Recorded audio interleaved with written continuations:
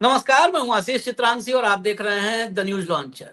संसद के बाहर राहुल गांधी और अखिलेश यादव विपक्ष के सांसदों के साथ डट गए हैं, अड़ गए हैं और भाजपाई बौखलाए हुए नजर आ रहे हैं।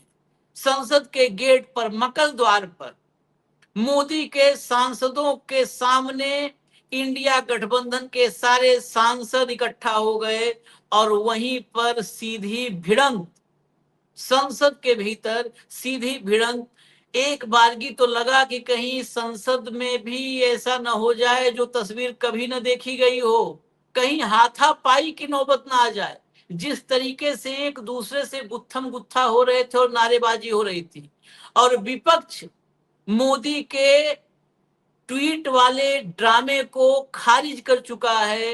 अल्टीमेटली बस एक ही डिमांड है, इस्तीफे से कम कुछ भी नहीं, इस्तीफे से कम कुछ भी नहीं, कुछ भी। ये ट्वीट तो शून्य है, झांसा है। भाऊ को लाइए, सीधे खबर पर चलते हैं क्योंकि खबरें ज्यादा हैं, सीधे चलते हैं। स्वागत है भाऊ, जरा एक आध हेडलाइन दिखा दीजिए, एक झलक बस। संसद के मकर द्वार पर भिड़े एनडीए और इंडिया गठबंधन, आमने सामने आए सांसद, जमकर हुई नारेबाजी। वीडियो तो अभी दिखाई देंगे, आगे चलिए। इस्तीफे से कम कुछ भी नहीं, पीएम मोदी के ऐलान के बावजूद विपक्ष अपने स्टैंड पर कायम। और आगे चलिए, जरा विजुअल पर आ जाइए, लाइए विजुअल। ये विजुअल देखिएगा, यही जंतर मंतर पर होता तो कहा जाता कि भगदड़ हो गई, मारपीट हो गई। वही तस्वीर तो संसद भवन में, क्योंकि इसी में महिला सांसद भी हैं, प्रियंका भी पीछे नजर आ रही है। ये देखिए, महिला सांसद बेचारी किनारे किनारे हो रही है। ये विजुअल जरा एक आध बाइटें हैं वो चला दीजिए, लेकिन मुख्य विजुअल। छात्राओं का शोषण करना बंद लगाना है, बंद करो, बंद करो। छात्राओं पे लाठी चलाना बंद करो, बंद करो, बंद करो। जब जब मोदी डरता है, जब आगे करता है, जब जब मोदी डरता है, जब आगे करता है। भाऊ, पहले एक सवाल हम लेंगे, अभी रुक जाइए, कोई बाइट मत लाइएगा, बाइट उसके बाद। संसद भवन के भीतर ऐसी तस्वीर, मतलब इसमें बस हाथापाई में थोड़ा सा ही रह गया, नहीं तो हाथापाई हो जाती। बेचारी महिला सांसद। आप संसद के भीतर सार्थक चर्चा के बजाय देश का गुनहगार कौन है आज की तारीख में? देश का गुनहगार में सिंपल सवाल, देश का गुनहगार राहुल गांधी है कि नरेंद्र मोदी है? आप म्यूट हैं बाबू। राहुल गांधी क्या करेंगे? राहुल गांधी के हाथ में क्या है? हाँ।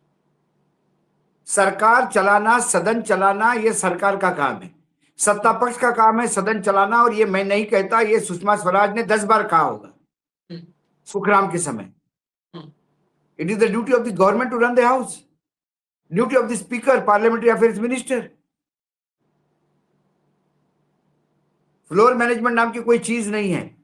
सबसे अरोगंट, जितने सरकार में शीर्षस्थ बैठे हुए लोग जितने अरोगंट है, उससे ज्यादा अरोगंट तो पार्लियामेंट्री अफेयर मिनिस्टर है। साइड में विजुअल चलाइए। और उससे ज्यादा अरोगंट स्पीकर है, जो किसी की बात ही नहीं सुनता। नहीं तो मैंने कई बार, सदन हमने भी कवर किए है, स्पीकर कई बार अंदर बुला के कई बातचीत का रास्ता ढूंढते हैं।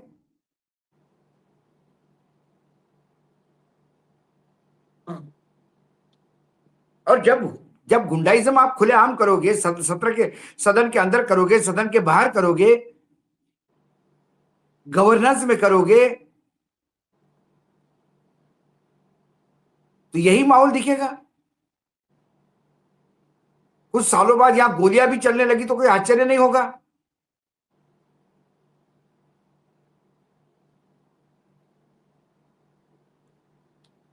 जब क्रिमिनल्स को टिकट दिया जाता है चुनाव में लड़ने के लिए, यही होगा फिर हाल। जरा बाइटों पर आ जाते हैं, बाइट सुनवाइए भैया, एक एक करके बाइट सुनवाइए, फिर विजुअल पे आएंगे। हम हम देख रहे हैं कि आज तीसरे दिन दिल्ली में सारे मेट्रो स्टेशन बंद किया गया है। ये ऐसे सरकार नहीं चला सकते इन लोग। Delhi is under seize. हमारे और अंदर पार्लियामेंट के अंदर और पार्लियामेंट के बाहर एक ही मांग है, धर्मेंद्र प्रधान इस्तीफा दो। सरकार अगर चाहती है कि वो हमारे साथ अंदर कॉम्प्रोमाइज करके बाहर बच्चों के आवाज को चुप कराए, ये कभी नहीं होने वाला है। बाहर जनता की जो आवाज है, अंदर पार्लियामेंट में जनप्रतिनिधि का भी वही मांग है, धर्मेंद्र प्रधान मस्ट रिजाइन। कोई चर्चा नहीं, कोई बात नहीं, पहले रिजाइन फिर कोई बात। किसके लिए 10 साल में क्या फास्ट ट्रैक कोर्ट किए? कल तक जो बच्चे को आप लोग ने दिल्ली पुलिस रैफ और बिना वर्दी के, बिना नेम प्लेट के भाड़े गुंडे से बच्चों को आप पिटवाए, उसका फास्ट ट्रैक कोर्ट करवाइए। आप उल्टा बच्चों पे FIR कर रहे हैं। आप क्या फास्ट ट्रैक कोर्ट करोगे? जो सबसे जो दायी है, जो इसका रिस्पॉन्सिबल है, वो तो एजुकेशन मिनिस्टर है। प्रधानमंत्री बोले कलेक्टिव रिस्पॉन्सिबिलिटी ले। हम क्यों कलेक्टिव रिस्पॉन्सिबिलिटी ले? मंत्री प्रधान है, मंत्री आपका, सरकार आपकी, पेपर लीक आपने करवाया, तो हम कैसे रिस्पॉन्सिबिलिटी ले? अगर फास्ट ट्रैक कोर्ट की जरूरत नहीं है, आज सबको पता है धर्मेंद्र प्रधान इज रिस्पॉन्सिबल। अगली बाइट लाइए। आप देख सकते हैं संसद के बाहर किस प्रकार का दृश्य आज देखने को मिल रहा है। और ये आज ही नहीं, कांग्रेस पार्टी इसी प्रकार का दृश्य सदन के बाहर करती है और सदन के अंदर भी काले कपड़े, बैनर, पोस्टर इत्यादि के माध्यम से सदन के बहुमूल्य समय को बर्बाद करती है और जिस विषय पर चर्चा होना चाहिए उस विषय से कांग्रेस पार्टी भागती है। आप देखिए किस प्रकार 2-3 दिन की घटना चक्र में हमारे पार्टी के अध्यक्ष हों माननीय नितिन नवीन जी, चाहे हमारे पार्टी के पूर्व अध्यक्ष माननीय JP नड्डा जी, सभी ने छात्रों से भी बात की, सोनम वांगचुक जी से भी बात हुई और एक ही बात सामने आया कि परीक्षा के पेपर लीक के विषय पर सघन चिंतन होना चाहिए।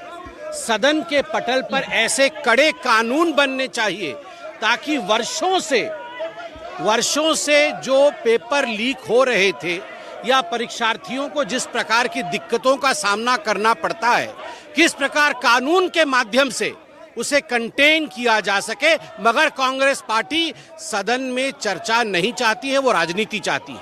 आज माननीय प्रधानमंत्री जी ने एक बहुत बड़ी बात कही है।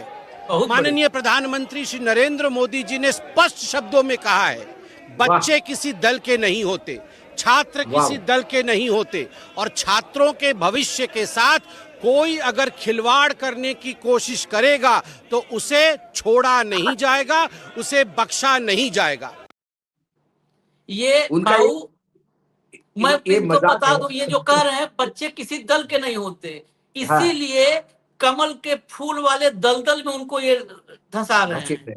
किसी दल के नहीं है तो दलदल में डाल दो। नरेंद्र मोदी जी के ट्वीट का अभी सही अर्थ मुझे अभी समझ में आ गया।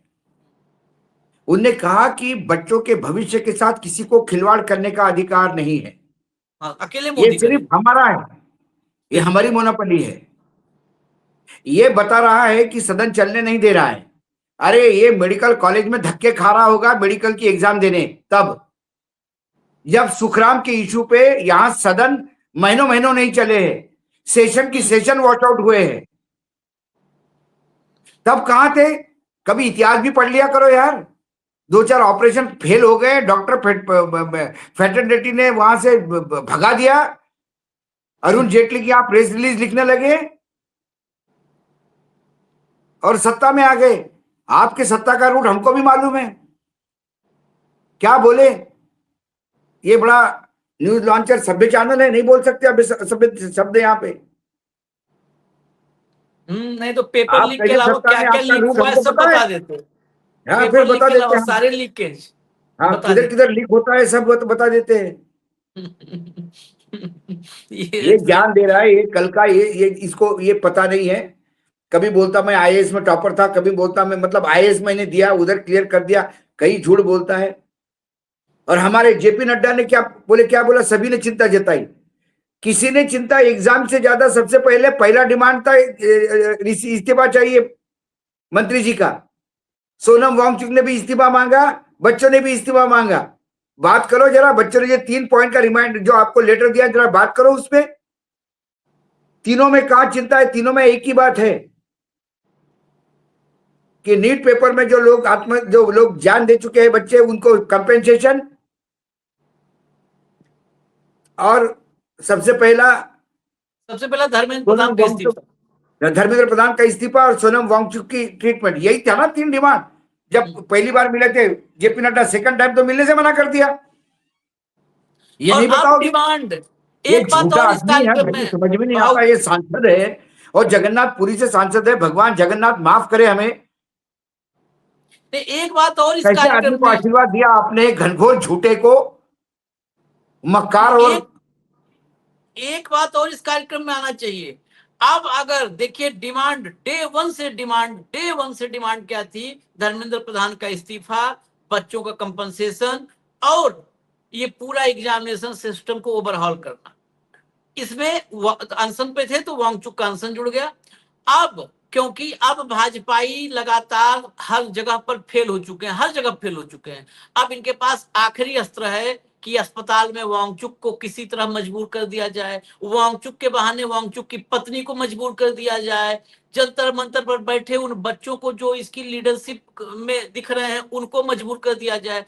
अब अगर किसी भी समझौते पर वो कहते हैं कि नहीं, मोदी जी के ट्वीट पर हम खत्म कर देते हैं, कुछ भी फैसला होता है तो इस देश का जो आंदोलन करने वाला युवा है उसके साथ धोखा होगा। और अब बच्चा अपनी डिमांड है धर्मेंद्र प्रधान का इस्तीफा, होना तो चाहिए था मोदी का इस्तीफा। ये तो इस देश के बच्चों ने इतना एहसान किया है नरेंद्र मोदी पर कि वो धर्मेंद्र प्रधान का इस्तीफा मांग रहे हैं। कितना आसान कर दिया। कायदे से तो नरेंद्र मोदी का इस्तीफा होना चाहिए था। धर्मेंद्र प्रधान के इस्तीफे से नीचे अगर इस आंदोलन में कहीं कोई समझौता होता है तो ये दर्शकों को मैं बता दूं, आप ये मान के बैठिएगा कि पर्दे के पीछे कोई धमकी दी गई, कोई ब्लैकमेलिंग हुई है, किसी तरह मजबूर कर दिया गया है, बस। बिल्कुल। धर्मेंद्र प्रधान एक मात्र प्यादा है। वो कौन सा एजुकेशन मिनिस्टर चला रहा है बेचारा? हाँ, साहब ने तो 2024 में दिया था ना स्टेटमेंट, कानून भी लाए, क्या हो गया उसके बाद? 2026 में पेपर लीक क्यों? साहब ही बताए, साहब का ही वक्तव्य है पार्लियामेंट के, जो पीछे कार्यक्रम में दिखाया था हमने। उसके बारे में भी जरा संबित पात्रा को लेकर, संबित पात्रा क्या करे, इनको पढ़े लिखे थोड़ी है ये तो भोबो ब्रिगेड के लोग हैं। शुरू हो जाते माइक देखते सी, हम संबित पात्रा को चैलेंज करते हैं, न्यूज लॉन्चर में संबित पात्रा समय दें। 2024 का पहले बात करें, अपन पहले वो बात करें ना, प्रधानमंत्री ने क्या कहा, तभी तो प्रधानमंत्री के आज के शब्दों पे विश्वास किया जाएगा। हाँ। जो आदमी लगातार विश्वासघात करता आएगा उसका कैसा विश्वास करेंगे? भाजपा वाली थोड़ी है हम। न संघ के शाखा में गए, मैं और आशीष, हम दोनों गए थे, हमको दोनों को भगा दिया उनने, संघ वालों ने। बोले बहुत सवाल पूछते हो तुम, एलिजिबल ही नहीं, कहे कि एलिजिबल नहीं है वो। एलिजिबल नहीं है, बोले सवाल पूछने वाली थोड़ी चलते यहाँ पे, यहाँ तो जैसा हम बोलेंगे वैसा। उनका जो एनटीए टाइप टेस्ट होता है उसके लायक ही हम लोग नहीं थे। हम लोग नहीं थे, हम प्रिलिमिनरी एग्जाम में फेल हो गए। मैं इस वक्त बड़ी खबर आ गई है, बाइटें और हैं लेकिन एक बड़ी खबर आ गई है। मैं बड़ी खबर पहले बता दूं आपको। बीच कार्यक्रम में उद्धव ठाकरे और राज ठाकरे ने एक ज्वाइंट प्रेस कॉन्फ्रेंस की है और उस ज्वाइंट प्रेस कॉन्फ्रेंस में एक बड़ा ऐलान हुआ है मुंबई को लेकर। मैं इसलिए इस खबर को बड़ी मानता हूं क्योंकि अभी दिल्ली में मोर्चेबंदी है। अगर देश के बड़े महानगरों में, मतलब जो दिल्ली, मुंबई, चेन्नई, बेंगलुरु, कोलकाता, ऐसे सभी महानगरों में कहीं ऐसे हालात पैदा हो गए तो हालात कितने विस्फोटक हो सकते हैं आप कल्पना करिए। और मुंबई आर्थिक राजधानी है इस देश की। 26 तारीख को मुंबई के लिए बड़ा ऐलान उद्धव ठाकरे और राज ठाकरे ने ज्वाइंट पीसी करके किया है। सरकार किसी की भी बन जाए ज्ञानेश की मदद से, आज भी उद्धव और राज की ज्वाइंट फोर्स के बाद मुंबई में कितने पत्ते दाएं से बाएं हो सकते हैं ये सबको अंदाजा है इसका। और जिसको नहीं है, अभी सवाल भाव से लेंगे तो अंदाजा लगा लेगा कि उद्धव और राज के बगैर मुंबई में कितना कर लेंगे। वो जो संजय दीना और लीना से क्या कितना होगा सब पता चल जाएगा। जरा सुना दीजिए पहले क्लिप, उद्धव और राज की क्लिप सुनाइए, लाइए पहले। की मुंबईसारख्या एका महत्वाच्या, सर्वात महत्वाच्या देशातल्या शहरामध्ये देखील ही सगळी मुलं आणि सगळेजण पालक हे एकत्र येत आहेत आणि आपला राग रोष व्यक्त करतायत, हे मला असं वाटतं केंद्राला देखील कळणं गरजेचं आहे. आणि त्याच्यासाठी म्हणून आम्ही येत्या 26 तारखेला रविवारी येत्या 26 तारखेला आम्ही हा मोर्चा आम्ही काढत आहोत. हा मोर्चा निघेल शिवाजी पार्क, शिवतीर्थावरून हा निघेल आणि हा मोर्चा जाईल सिद्धिविनायकाच्या इकडे. तिथे जाऊन आम्ही देवाला साकडं घालणार आहोत की या सरकारला सुबुद्धी देव, आणि याच्यासाठी म्हणून तिकडे आम्ही त्याची सांगता करणार आहोत. आणि हा आताचा आमचा कार्यक्रम आहे. मला असं वाटतं पुढे भाऊ, ये सबसे बड़ी खबर बीच में आ गई और इसी कार्यक्रम में जो खबर कोई भी बड़ी आए तो इस बीच कार्यक्रम में हम इसीलिए ले आए. क्या बोला इन्होंने? इन्होंने यही बोला कि दिल्ली में जो चल रहा है उसको हम 26 तारीख को मुंबई में भी हम करेंगे. पूरे देश के छात्र उद्वेलित है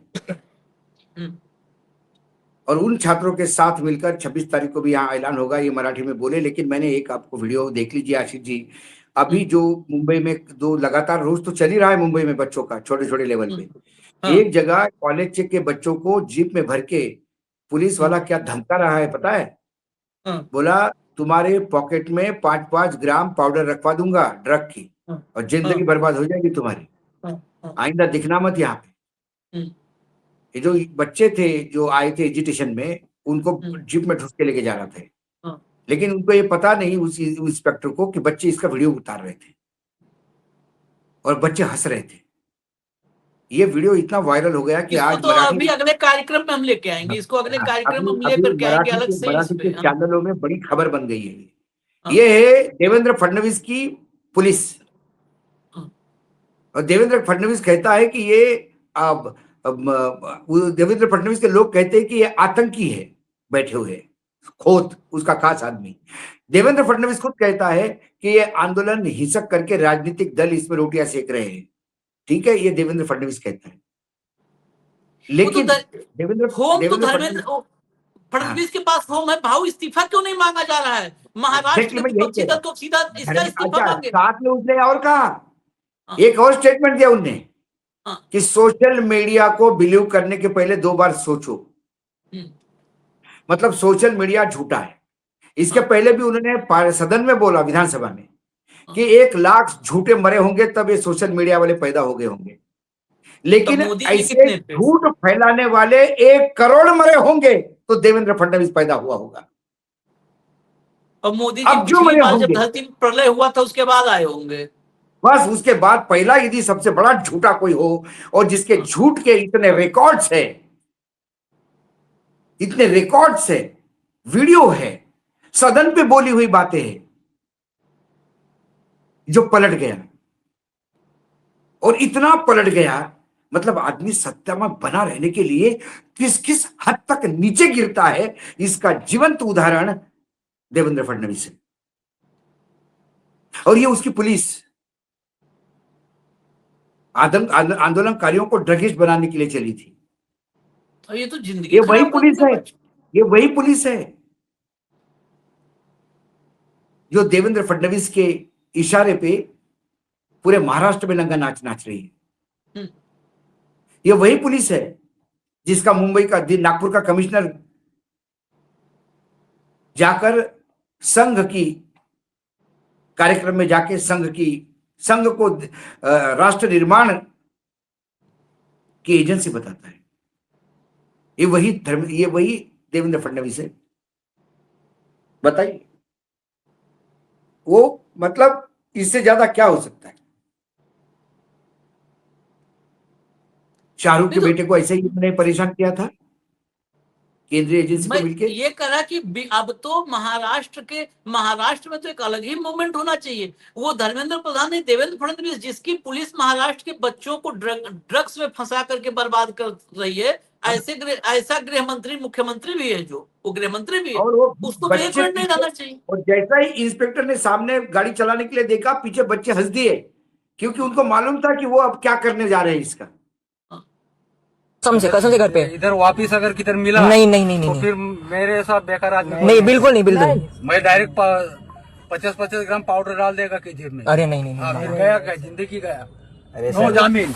वो तो सर वो तो और ही खराब तुम लोग की वजह से हम लोग को तकलीफ है अभी। ठीक है सर जाएंगे। बच्चे हंस रहे हैं मालूम क्योंकि पड़ा वीडियो कि बना फिर रहे थे। घूम के आ गए। नहीं नहीं नहीं तुम लोग को फिर दिखाना भाई, एक बार वीडियो फिर दिखाना, एक बार फिर दिखाना। जेनजी है, बहुत बढ़िया, शाबाश, ऐसे लोग वीडियो बनाओ, दिखाओ वीडियो। कसम से घर पे इधर वापिस अगर किधर मिला नहीं नहीं नहीं तो नहीं फिर मेरे साथ बेकार आदमी। नहीं बिल्कुल नहीं बिल्कुल। मैं डायरेक्ट 50-50 ग्राम पाउडर डाल देगा केजीएफ में। अरे नहीं नहीं हाँ, नहीं, फिर गया क्या, जिंदगी गया। अरे नो सर जामीन। वो तो सर वो तो और ही खराब। तुम लोग की वजह से हम लोग को तकलीफ है अभी। ठीक है सर जाएंगे। महाराष्ट्र का सबसे बड़ा ड्रग पैडलर महाराष्ट्र का तुमको पुलिस, मालूम पड़ा कि फिर घूम के आ गए। नहीं नहीं नहीं तुम लोग और को उसका किंगपिन मुख्यमंत्री होगा क्या? गृह मंत्री जो है ये ड्रग पैडलर है, 5-5 ग्राम रखवाने वाला। इस कह रहा है कि मैं बहुत बेकार आदमी है, इसका मतलब इसका बॉस इससे बेकार होगा। नहीं, मैंने कहा ना कि यदि पुलिस ड्रग पैडलिंग का काम करती है, 5-5 ग्राम ड्रग देती है, तो 50-50 ग्राम, 50-50 ग्राम, 50-50 ग्राम, तो फिर इसका जो बॉस है वो तो किंगपिन हो गया ना, ड्रग माफिया हो गया। तो महाराष्ट्र किसमें हाथ में है? ड्रग माफिया के हाथ में है, क्योंकि ये ड्रग बांटने वाला तो मिल गया अपने को रिकॉर्ड पे। और दर्शकों को मैं यही बता रहा हूं, आप ये मत समझ लेना है कि ये बच्चे क्यों हंस रहे थे। ये बच्चे इसलिए हंस रहे थे कि वो समझ में आ गया था उनको कि उनके पास रिकॉर्ड आ गया। ये वो धीरे से वीडियो रिकॉर्ड कर रहे थे। इसीलिए नरेंद्र अरे मोदी ये मेवा फिर से बाहर नहीं निकलता। ये जेनजी है, इससे मत उलझो। मैं सबको कहता हूं जेनजी है, मत उलझो। वो टेक्नोलॉजी से बहुत आगे है तुम्हारे, वो तुम्हें कहां फंसा देंगे। उनको कोई पॉलिटिकल लाइनेज नहीं है, उनको कोई लेना देना नहीं पॉलिटिकल पार्टी से। और क्या बोलता है, तुम्हारी वजह से हमको तकलीफ हो रही है, क्योंकि ये तो डांस बार के पैसे ले लेके अय्याशी करने में फिर मजे में है ना। इनके वजह से ड्यूटी पे निकलना पड़ रहा है बाहर। नहीं तो एयर कंडीशन चैम्बर में बैठ के वहीं से चल रहे थे, वहीं से क्राइम हैंडल करते हैं। बंबई में आशीष जी, बंबई में अंडरवर्ल्ड में पत्रकार हूं, मेरे सभी जगह मैं बहुत अच्छे लोगों को जानता हूं। मतलब वैसे कोई गैंग नहीं बंबई का अंडरवर्ल्ड जहां मेरे सूत्र नहीं होंगे। हमेशा वो कहते हैं, कभी मैं बोलता हूं क्या भाई अब बंबई तुम्हारे कब्जे में? बोला नहीं भाई, बंबई का सबसे बड़ा भाई मुंबई पुलिस। मुंबई का सबसे बड़ा माफिया कोई होगा तो मुंबई पुलिस है। मुंबई में होने वाला हर क्राइम उनको पूछ के उनके परमिशन से होता है, उनके आशीर्वाद से होता है। जो आशीर्वाद नहीं लेता उसका इनकाउंटर होता है। आज मैं एक और बात निकली तो अफगानिस्तान में जब से तालिबानी शासन आ गया, उनकी और पाकिस्तान की पटना बंद हो गई। तो अफगानी और पाकिस्तान के बॉर्डर पे जितनी ड्रग रिफाइनरियां हैं जो ड्रग को रिफाइन करके भेजती है, वो सारी बंद हो गई। अफगानियों ने वहां जाने नहीं दिया माल। वो माल अब गुजरात के रास्ते मुंबई आता है और मुंबई के झोपड़पट्टियों में ये सारा रिफाइनिंग होता है। ये मुंबई पुलिस को चैलेंज है, जाके जरा देख ले, चेक कर ले।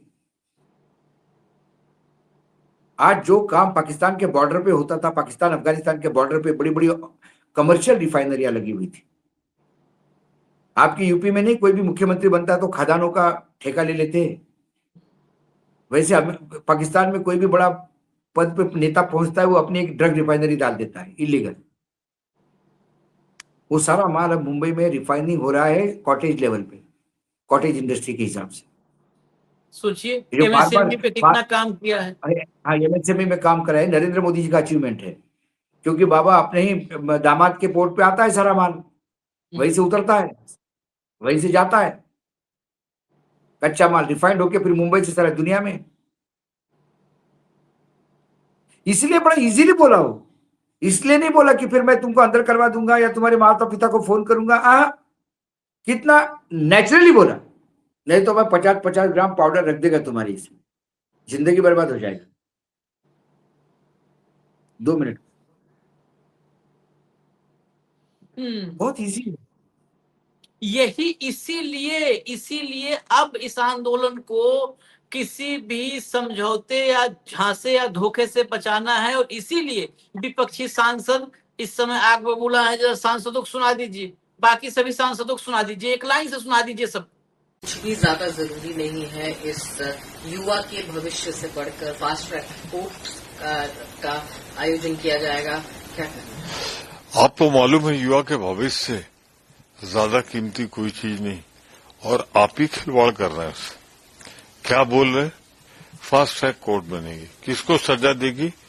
जो पेपर लीक करने में क्रिमिनल रूप से जिम्मेदार पा जाएंगे, छोटे छोटे लोग।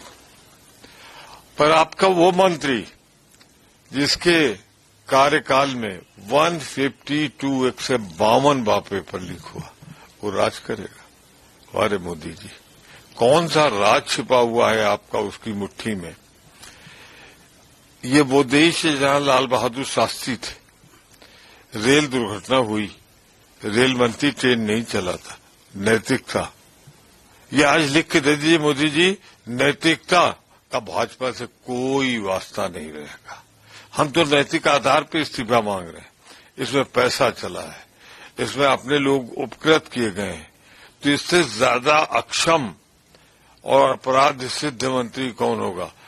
इन्हें आप इनका इस्तीफा ले, अगर आप नौजवानों के भविष्य की चिंता करते हैं तो, जिससे नौजवान काम पे लग गए। वरना करोड़ों तराजू उठा के एक तरफ आपने करोड़ों नौजवानों को रख दिया, दूसरी तरफ अपने मंत्री प्रेम को और अहंकार को। No, PM Modi is creating questions by himself. Question is also prepared by him, answer is also given by him. That is not what the youth is demanding. Youth primary demand is resignation of the education minister. On that he is not replying, or he has not replied. If he has replied on 20th itself, Parliament would have continued to work 21st, 22nd, 23rd, today 23rd. So many days it is not working, 3 days it is not working. It is only because of government inaction. If not Prime Minister, Home Minister or Parliamentary Affairs Minister should have given some reply to the demands of the youth and the demands of the opposition party. मतलब किसको बेवकूफ बना रहे हैं? ये बात जाके जंतर मंतर पे कह सकते हैं बच्चों से, जिन्होंने लाठियां खाई, जिनके दोस्तों की आत्महत्याएं हुई, उनसे बोले, फिर मैं समझूंगा कि आपकी बात में कुछ गहरा माने। अब प्रधानमंत्री जी कुछ बोलते हैं, रटी रटाई लगती है, बासी चीजें। अरे ताजा कुछ बोलिए, स्पेसिफिक डिमांड्स हैं लोगों की, meet them, apologise, then come to the house.